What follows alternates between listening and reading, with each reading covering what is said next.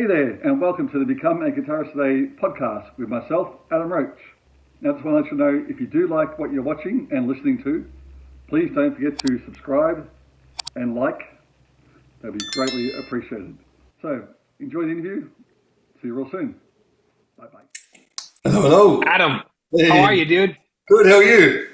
Good, man. Good to see you. Thanks for the opportunity for the interview here today. No problem at all. Thank you very much. Can't wait to see you guys down here. Oh, it's going to be great. We're stoked to come. Yeah. So it's your first time with the band, isn't it, coming down to Australia? Yeah, it'll be Yachtley Crew's first Australian tour, and we could not be more excited. A lot of people ask me, like, do you guys ever think that you'd be doing this? We started 8 years ago, Yep. and we are just as surprised as anybody. Pleasantly, we love it, but it's so cool that last year we did our biggest USA tour that we've ever done, 2 months on a bus. This year we're going to Australia. We're going to be in Germany. It's just getting bigger. It's snowballing, and it's so awesome to see. Yeah, that's great. I mean, I've seen a few different bands. Like we had, was it Me First and the Gimme Gimmes? Uh-huh. Yeah, they come down. I think it was late last year or something, and there's a couple of different ones. But it's just good to see that you guys can do this worldwide and get the attraction that you do, which is great. Yeah, we love it. And the shows that we've announced so far are selling really well. So especially since it's only January 29th and we're not there until May, it's looking really good. That's great to hear. So I noticed, because I'm from Melbourne, so you're playing at the Northcote Theatre, which is big. That's right. It's a great place, really good, great sound and everything. So I'm sure you guys really love it. Can't wait. That's awesome. So I saw another interview where you mentioned that you have been down here a few times yourself, haven't you?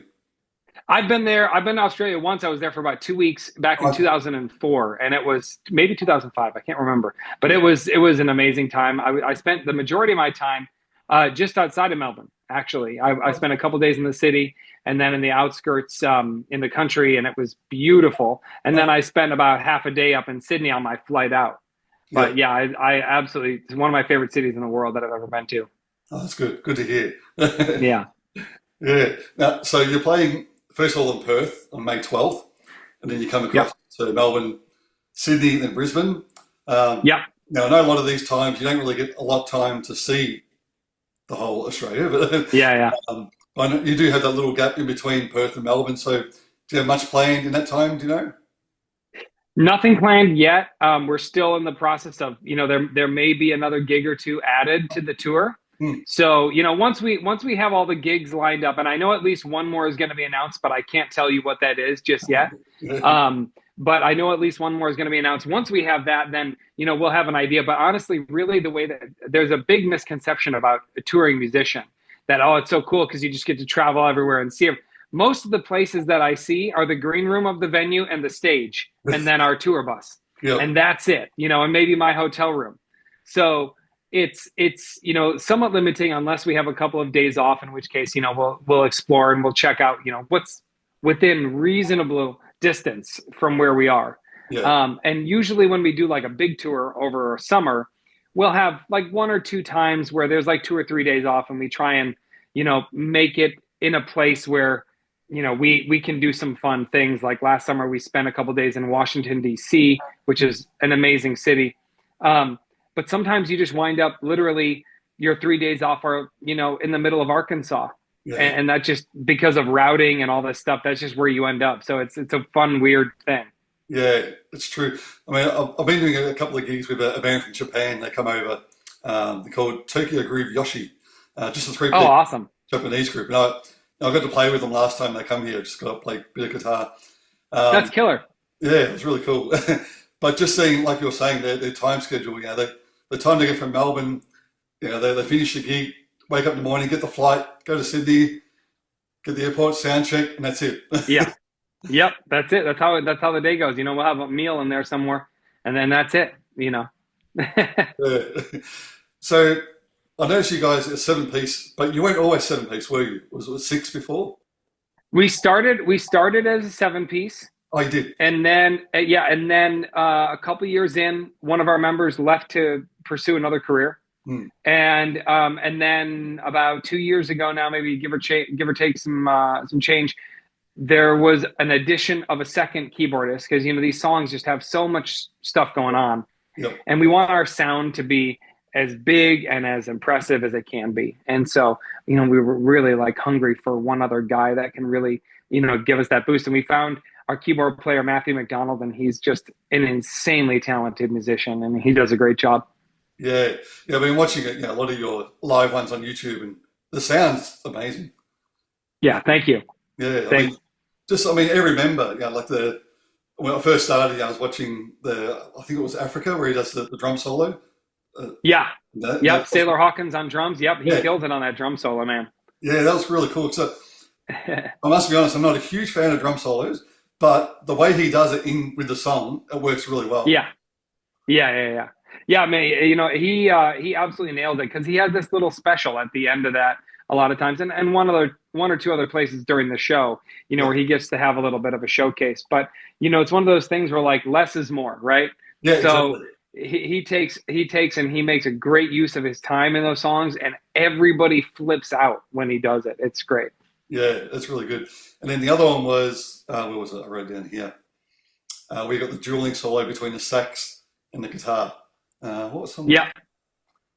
Man-Eater. Well, that's probably Man-Eater. Yep. There's a couple songs where they do a little a little play like that. Man-Eater is one of them. There's a healthy competition during Baker Street, you know, because the sax really dominates that. But there's also this ripping guitar solo, also at the end of it. So yeah, they have a lot of fun with that. That's Pauly Shore's on saxophone and Tommy Bowie on lead guitar, and he's amazing. Yeah, they both are. Yeah, I get no, man, even yourself on vocals, yes. Thank you. I mean, some of those songs, they're not easy to sing. They are not. No. And you do it well, so congratulations. Thank you. Thanks. Yeah, I mean, some of the songs you're playing are definitely some of my favorites. Like, of course, the Toto ones, you know, Africa, Hold the Line. Oh, yeah. Are you still doing Rosanna? We do that every once in a while. You know, the great thing is we have like 115, 120 songs in our repertoire. Yep. And so, and we add songs too. We add a couple songs a year usually because we always want the show to feel fresh. You know, we have probably 30 to 50% of our audience, they're people who've seen us before and they come back. And so we always want the show to feel new. We don't want it to feel boring. We don't want people to go, oh, I've seen this before. Yeah. You know, so we're always trying to find ways to keep the show engaging and entertaining. We're adding to our stage production, and you know, we do all these fun things, which, you know, hopefully all of your listeners and viewers will get to see when they come to see us, you know, live at the show. But we do Rosanna, but we're constantly rotating songs in our set list. And there's like the base of yacht rock songs that we have to play. Otherwise we get like hate emails from people like, why didn't you play Africa? Why didn't you play Escape, the Pina Colada song? Why didn't you play You Make My Dreams Come True? If we don't play those songs, people will lose it. But you know, that's about 60% of the show. And then the rest, you know, we can kind of move around these songs and create something that's really fun and exciting for the audience. Yeah. And I did see in another interview, you spoke to another Australian guy, I can't remember his name, but you were talking about how you're going to, you know, do the set list for Australia type thing, because some of the songs. Yeah. So have you started on that yet, or that's to come? No, I mean, there's a baseline. Like I said, there's a baseline of yacht rock songs that we will always play at our shows because that's what people expect and they come to our shows to hear. Yep. But, you know, that'll probably be made maybe 2 or 3 weeks before we land, you know, and we'll have things solidified and we'll know like this is the show that we're doing for Australia. Yeah. Because what I've seen so far, like all the songs you played, you know, I love them all. So, there's some on the list here, like Magic. I love Magic. That's a great song. It's a great song, isn't it? It is. Yeah. Yeah. What was the other one? I mean, Rich Girls, great. Baker Street, of course. Lido, Buscags. Yeah, they're all good. That's one of our favorites, Lido. Yeah, so you can't go wrong. So I'm sure whatever you play, you guys, everyone will love. Yeah. So how about yourself, your background? So prior to this, what was your band you did or your influences? Yeah. I mean, I've been, singing and entertaining since I was like 4 or 5 years old. You know, it's just been in my bones.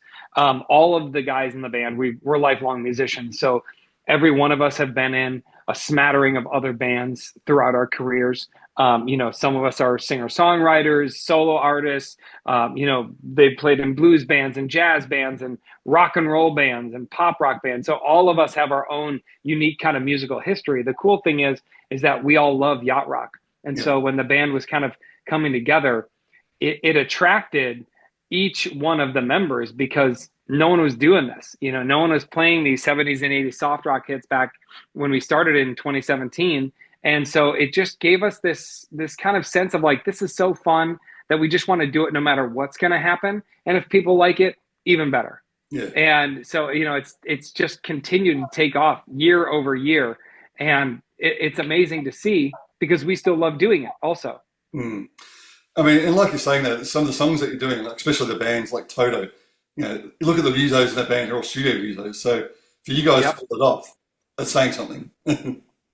Yeah, and that's one of the cool things that keeps us on our toes. The music is challenging. The songs are they're incredibly well written. A lot of these artists, they were pulling from jazz and R&B and soul and all these various artists that were, Steely Dan is a huge yacht rock artist. Yep. And they're maybe the greatest, songwriters of all time.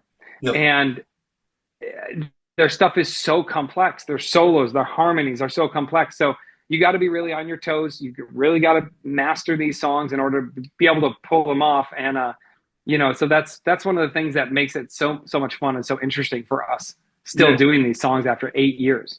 But the songs that you guys do, they're great. And I saw Steve Lukather say something about, hey, where's my guy? I wrote a lot of these songs. Yeah. So in the Yacht Rock documentary. Yeah. And he's hilarious. Right. I mean, that's a bit of tongue in cheek from him because obviously, he's done pretty well in his career, right? He's played on thousands of albums. He's iconic. He's, and obviously a member of Toto. Yep. So, but yeah, it's really cool. I'm sure it's cool for them too, to see their songs have like a third and fourth life. I mean, that's the cool thing is like there's a whole generation of people who are, in their teenage years up to their 20s now that are rediscovering this music. Yep. And they love it just as much as their parents or their grandparents even. Yeah, that's right. Yeah, I mean, these songs, I don't think they'll ever die. They're just, you listen to... I hope not. No, that's right. But, you listen to the music itself and it's just, it's incredible. And for you guys, it is. So having the two keyboards then, it definitely fills up the sound as well. But like you're saying, some of the songs, the different parts, you really do need that. Like I've seen a lot of bands attempt these songs and they've had one keyboardist, but they might have like the backing tracks or something else going on. But having the two, you guys can keep it all live and which is great. Yeah, and it's amazing. It's just awesome to just have such a camaraderie of musicianship. Everybody's always like, oh, how can we make this show better? Yeah. And that's what you want. That's what you need as a band like this to keep being successful and to keep having people, the greatest thing is like people will come to our show and they'll have such an amazing time. And then they'll go and tell 20 other friends. The next time we come in, we have twice or three times as many people coming out to see us. And it's awesome. Yeah. Now talking about the show, will you be selling your hats at the show? Yeah, we'll have some merch there. And that's part of the fun too, for people who are new to this and new to yacht rock. And new to what Yachtley Crew does. We're a super high energy show, so you're not going to come in and just see a band like standing there, going through the motions. Like we've been called and dubbed the Kiss of soft rock because we put on a super high energy show. Yep. We love what we do, and all of our fans, they come ready to party. They come wearing captain's hats or the navy blazers. Some people dress up just like us. Some people put like the white and blue striped sailor shirts on. But the whole point is get in on the fun. That only makes it more enjoyable for you as an audience member. So we highly encourage that. And you'll be able to get your own captain's hat at the show for sure. Excellent. Yeah. I did see, I think it was a photo or a video where someone was actually dressed up. There was a whole group of people dressed up as a Gilligan's Island at one of your shows. That was really cool. That happens. Yeah. That happens. My personal favorite was a couple years ago. We had a super fan and their friends from Ventura, California, which is not far from where I am in Los Angeles. And they had seen us over the course of a couple of years and they loved us. They got their whole friend group, 7 of their friends, to all dress as different members of the band. And they went as Yachtley Crew for Halloween. Oh, really? It was amazing. Yeah, and then they sent us the picture, and Oh, a couple of the people were ladies, and they had even they had stenciled in like the facial hair of the band member that they were dressing up as. It was amazing. I'll see if I can get 6 of my friends and we'll do that. That's really cool. Now, yeah, the other thing I did see when you guys did Baker Street, one of the shows, your Yeah. saxophone player was like up in was it Yes. the balcony or something, doing his thing. Right. It was really cool. Yeah, Pauly Shore's the sax player. He always creates a spectacle. That's one of the fun things about him, and he's such a great performer. But yeah, he's always finding ways to interact with the crowd for sure. And Yeah. they love that sax solo on Baker Street. People Oh, go crazy for that. yeah. I mean, it makes the song really. I mean, the whole song is great. Yeah. Yeah, that part, everyone knows it. Yeah, I mean, you hear the first ba ba ba ba da da, and you already know. Like, I know the song.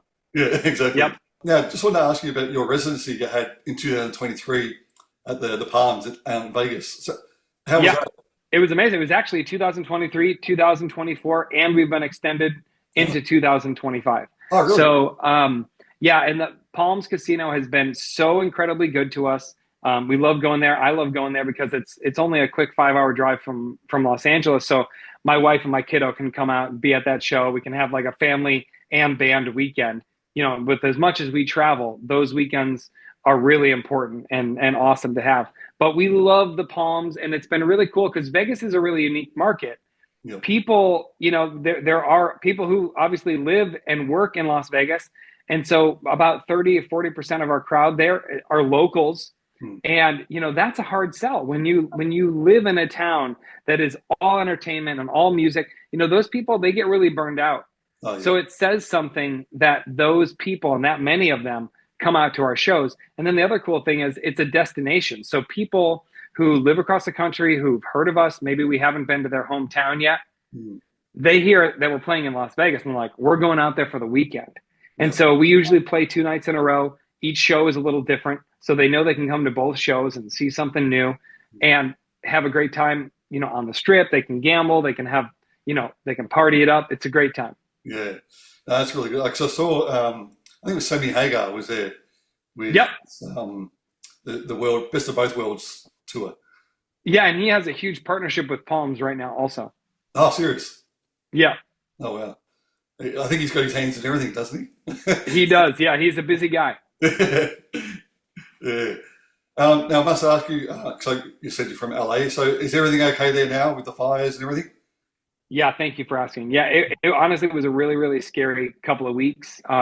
Myself and a couple other guys in the band, we were really, really close to a couple of the fires. My wife and my son, we were actually playing a couple of shows in Arizona one weekend where the fires were burning, and they got an evacuation warning and then a call to get out because there was a wildfire that was like less than 2 miles from our house in the mountains, and it could have gotten to us really quickly. So they were basically getting in the car when that warning was lifted because the fire department got it under control so fast. Thank God they did. But yeah, it was terrifying. It was terrifying. Yeah, I mean, we can only see it from the news. I was actually in Thailand at the time watching Crazy. watching the live news and thought, wow. And so there's a few guys, because I'm in like the Van Halen community on Facebook, and one of the guys is actually in the Van Halen tribute band called Nerd Halen. Okay. I think he actually lost his house in the fires and stuff. Oh my God, I'm so sorry. That's so terrible. Yeah, no, it looked terrible. But yeah, like I said, so it's all under control now, is it? Like it's not going anymore, is it? Yeah. The big fires that we're still in wildfire season. Luckily, this past weekend we had a couple days of rain, so that should help us out for a little bit. But we're still in this time of year where we get a lot of wind, and so if things dry out again and the wind gets bad, we'll be right back under a red flag alert again. Hopefully, that won't happen again this year, but it's very possible. Yeah, well, hopefully it'll sort. Yeah. All right. Yeah. Now, so quickly, just back to the show before we finish up. So, sure. How long your set is? How long the show will be? We play around 2 hours. Oh, okay. Yeah. So it's a good show, but it packs a punch, man. Once we start, we're like boom, boom, boom, boom. It's a lot of fun. People are up and dancing and singing, and we leave them wanting just enough, just a little bit more. Yeah. No, that's really cool. And now, do you have any do you do like vocal warm ups or something to so you don't lose your voice. Oh my God. Yeah. I mean, I've been doing this for 8 years. And so, you know, we're going to be doing 5 shows in a week when we come to Australia. Yeah. So, you know, I have to be on vocal rest during the day. I have to stay incredibly hydrated. I have to, you know, do my vocal warm-ups and my warm downs. And basically probably for that week, I just won't be talking unless I'm doing the show, just to preserve my voice, because, you know, these songs are really, really high. They're hard. And, you know, I have to make sure that I can sing 5 in a row. Yeah, that's right. And it's a lot. Oh, for sure. I mean, again, seeing your videos and the songs you do, like, I mean, just in South Africa, it's not an easy song to sing. Yeah. Oh no, the Africa is a very, very tough one. Yeah. But it's not even the tough. Actually, Magic is probably the highest song of anything that we sing. Oh, is it? Okay. Yep. Oh, yeah. wow. The line "Never believe it's not so." Oh yeah. I think that goes up to an F above high C. Okay. Yeah. Or a D, right? It's like a D or an F up there. Well, it's somewhere in there. Yeah. Yep. That's it. Yeah. And it's up there. So yeah, you got to be very, very intentional and very careful about, you know, not over singing and making sure that you're well hydrated and the voice is doing well. Yeah. Yep. No, I can't wait to see the show, but I'll definitely be there. Well, I look forward to meeting you in person, and I'm so excited that we got to do this interview. I can't wait to be in Australia and to bring Yacht Rock to Australia. I can speak for everybody in the band. We are so excited, and please get your tickets ahead of time, because I have a feeling that these shows are going to sell out just based on how many tickets are already sold. So everybody who's watching this interview, go to yachtleycrew.com right now, get your tickets, and we will see you there. Don't forget your captain's hat and mix up a pina colada before the show. I promise it'll make it even better. Sounds good. All right. Well, awesome. Well, thank you very much for this. I really appreciate it. Adam, thank you so much, buddy. And we'll see you in person in just a couple months. Yeah, for sure. Take care, my friend. We'll see you soon. Bye-bye. Bye. Bye-bye.